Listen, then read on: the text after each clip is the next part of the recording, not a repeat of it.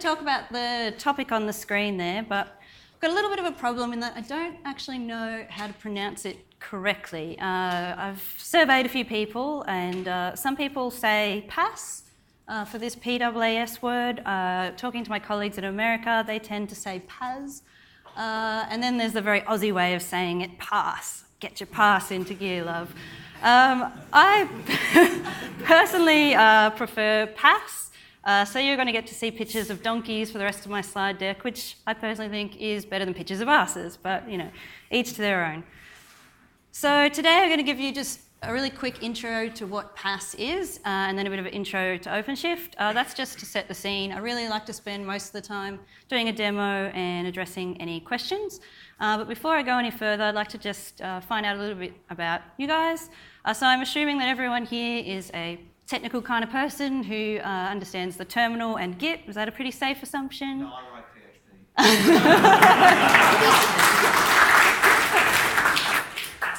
PHP. So I guess we're going to find out what kind of languages. Who writes PHP?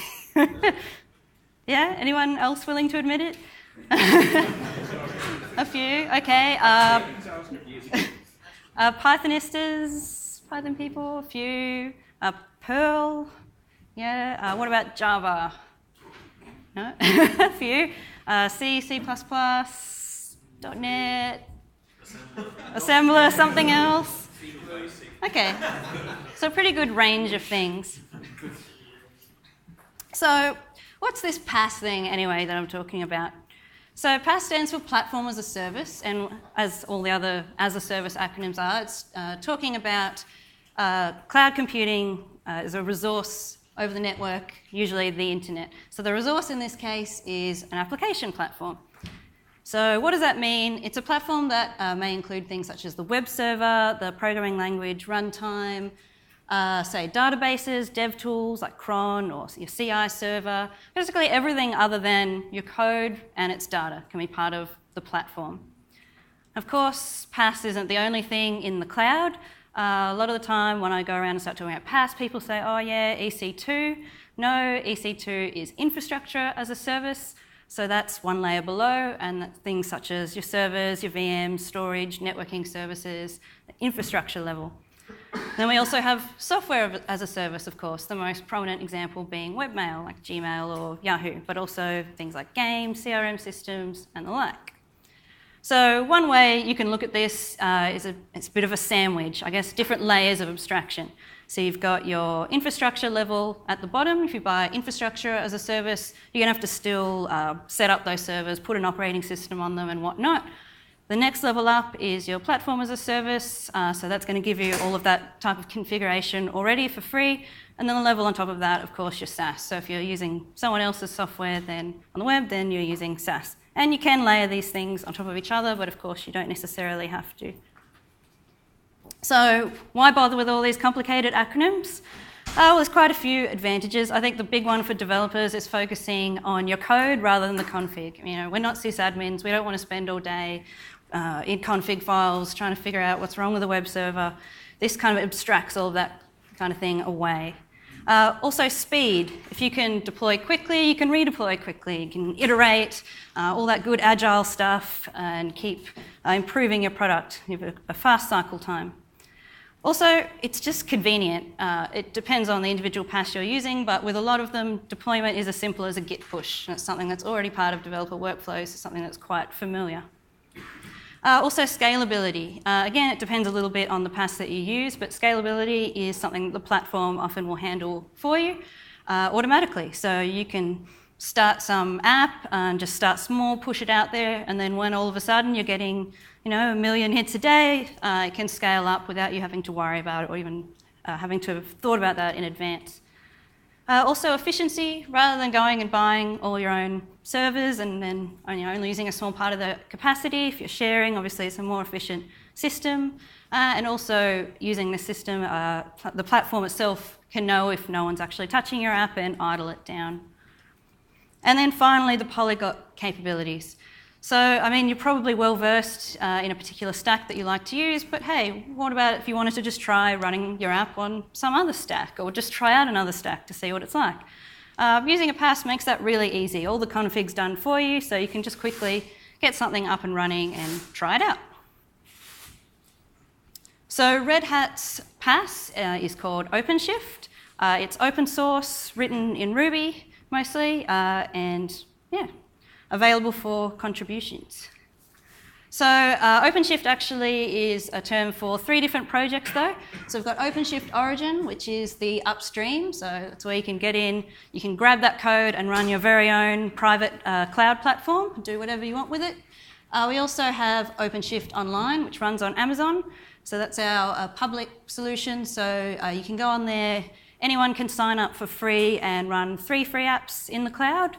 So that equates to 1.5 gigs of RAM and 3 gigs of storage that you get for free. There's also a paid tier, which unfortunately isn't available in Australia, so you need a US credit card and whatnot to be able to access that.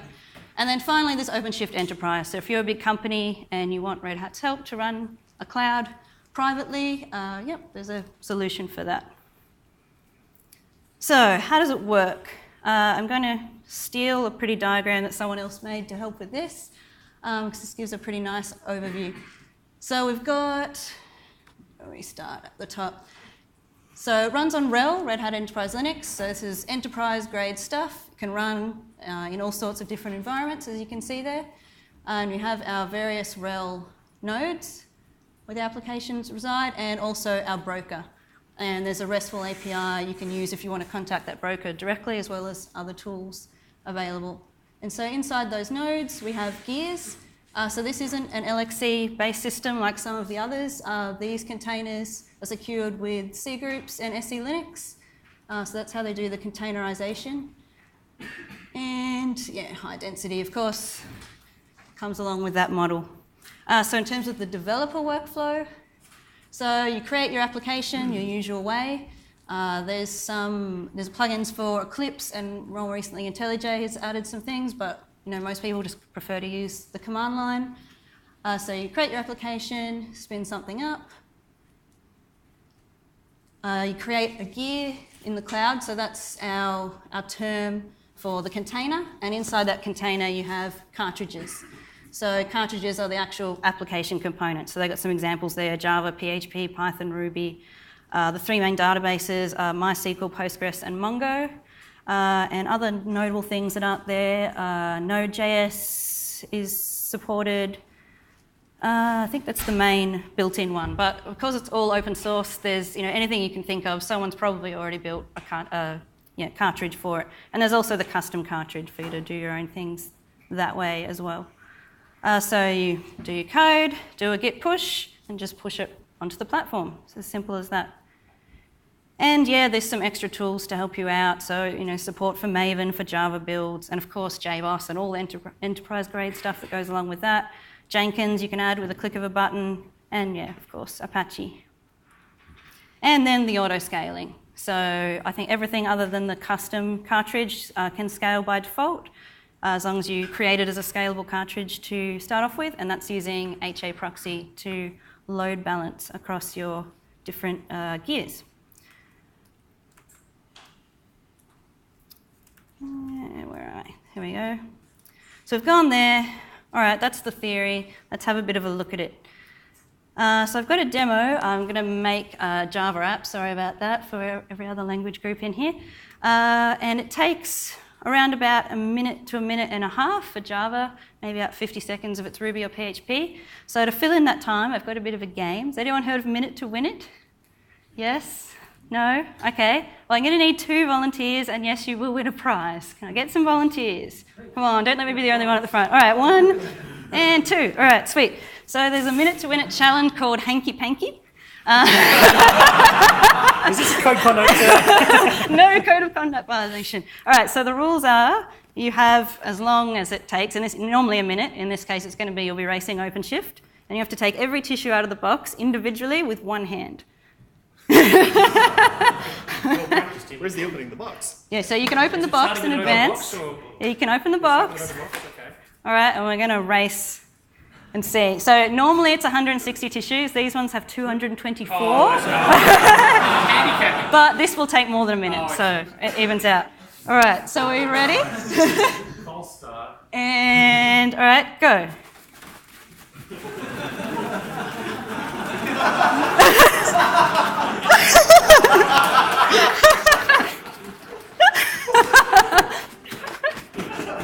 trying to think of an analogy. All right, OpenShift's doing its thing. You've got to beat OpenShift to get the prize. We're creating. Oh, there's a little bit of cheating at the end there. Hey. I'm not quite as good as my wrist as Tom. I think at one point about 70 came out at once. Yeah, I think there was a little bit of cheating there, but all right. We have a winner and OpenShift's still going, so.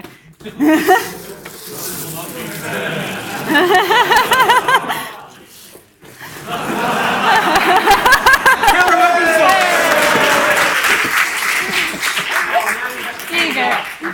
It's your prize. Well done. That was beautiful. All right. Now you have to clean it up.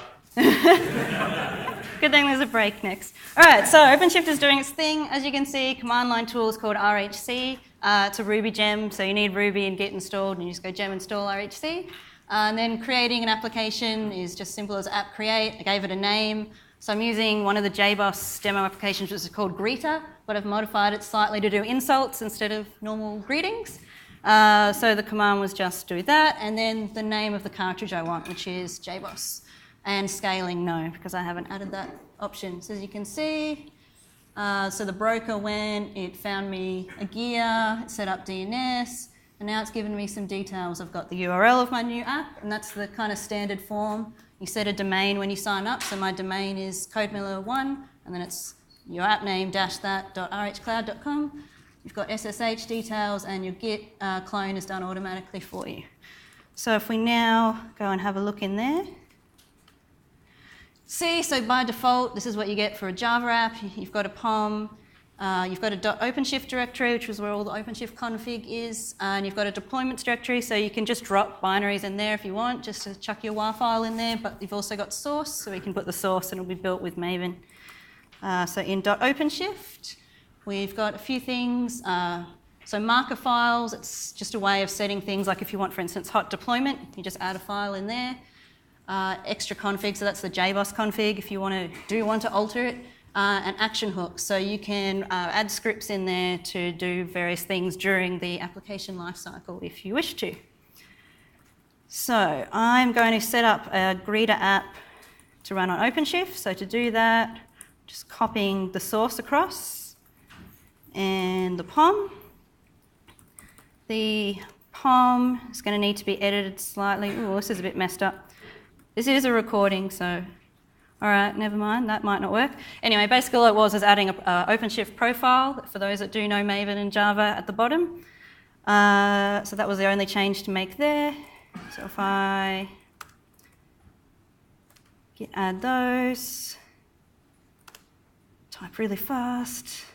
All right, so now I've got my app code there, but I'm going to need a database, so I'm going to add my SQL. So do a cartridge add.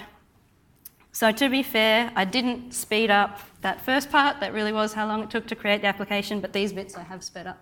So add a cartridge, you get some details. Everything's in environment variables. So you've got there how the connection string is made up, and you can use those in your app wherever you need to. This is Java, but obviously it's going to be whatever you're doing. You'll probably need to change some kind of config and put in those database environment variables. So your app knows where to find your database. So in this case, I'm getting rid of the default or the greeter's data source, changing the persistence XML, which again looks like it's been balked in the recording, so never mind about that. And commit it.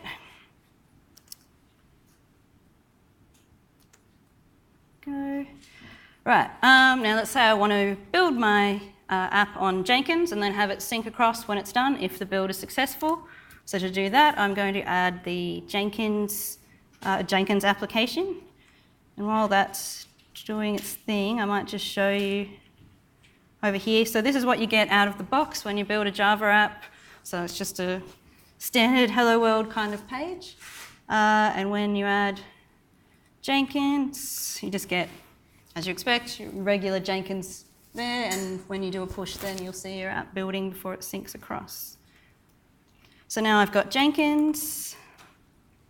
So I'm going to add the Jenkins client to my app. And then when I push, rather than it going directly, it's going to be built on Jenkins and synced across.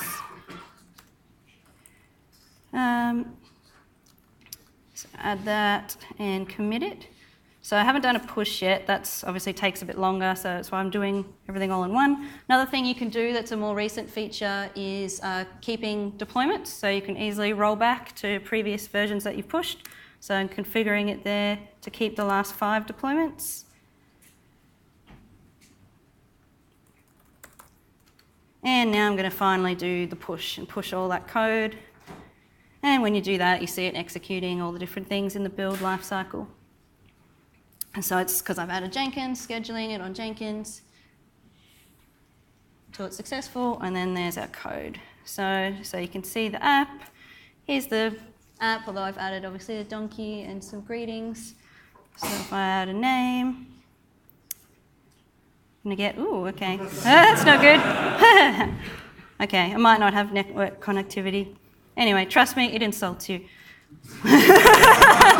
Worse than that. Yeah, pretty much.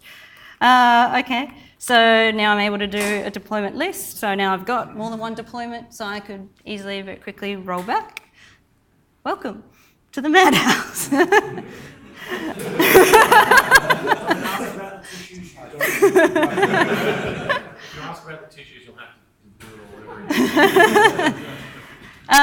So you can at any time do an app show, which is going to give you a whole bunch of details about your app, including the database details. So the point of that is I might want to do, say, some port forwarding, which is another easy command built in, so that I can then grab my data and put it in that database, because JBoss app by default just uses an in-memory database. Now we've got one that's actually a proper database, so change that. And then once you've got your port forwarding, oh yeah, so here's my import SQL with all those lovely Shakespearean insults. So then you can just use your regular MySQL or Postgres or whatever it is you're using, grabbing those credentials. Oh dear, there we go. And import in that data. What else have I got? Oh, SSH. You can SSH into your gear and take a look around. So this is what you get. So we've got a few different things. We've got different folders for the different cartridges that I have, so JBoss, Jenkins and whatnot. We also have, if you look in JBoss, yes, your typical JBoss directories there, if you're familiar with that. Then we have the application root. Has a few things in it. So we've got our repository there, so obviously that's the clone of our Git repo. We also have a directory there called data, and that's significant because it's persistent. So unlike some of the other solutions out there is a way to keep things persistently across builds. You just have to make sure you put them in this data directory. If you don't want things wiped away, obviously, when your Git repo is cloned again.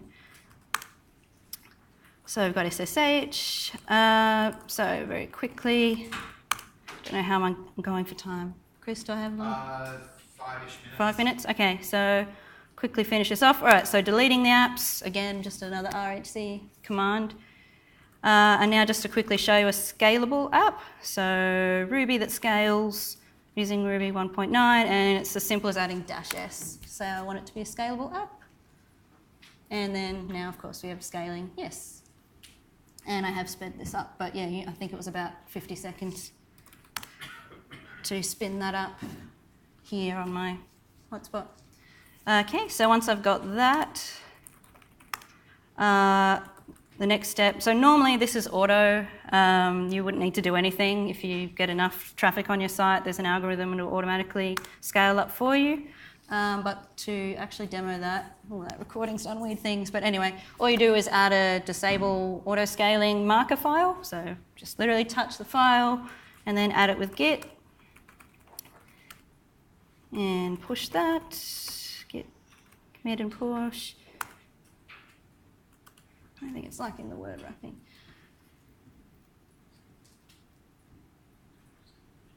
This is all the stuff that you see when you push something. So this time there's a few different things in here. You can see that HA proxy is now involved. Yes? The gear that you're creating, is that on the laptop or the cloud? No, in the cloud, yeah. This is all online. I don't think it may have network issues, but this is what I loaded earlier. So yeah, here's what you would get out of the box. If I take away full screen, you can see where that is. So it's ruby.scales-codemiller1.rhcloud.com. Just the demo page. And then also if you then, because it's a scalable app, go /HA proxy status, and then shows you all the details of the scaling. And if you then scale it up, so to do that, there are a couple of different ways, but one way to do it is to SSH in and just run the command add gear with the name of the app, the UID, and the namespace, which again is not printing so nicely.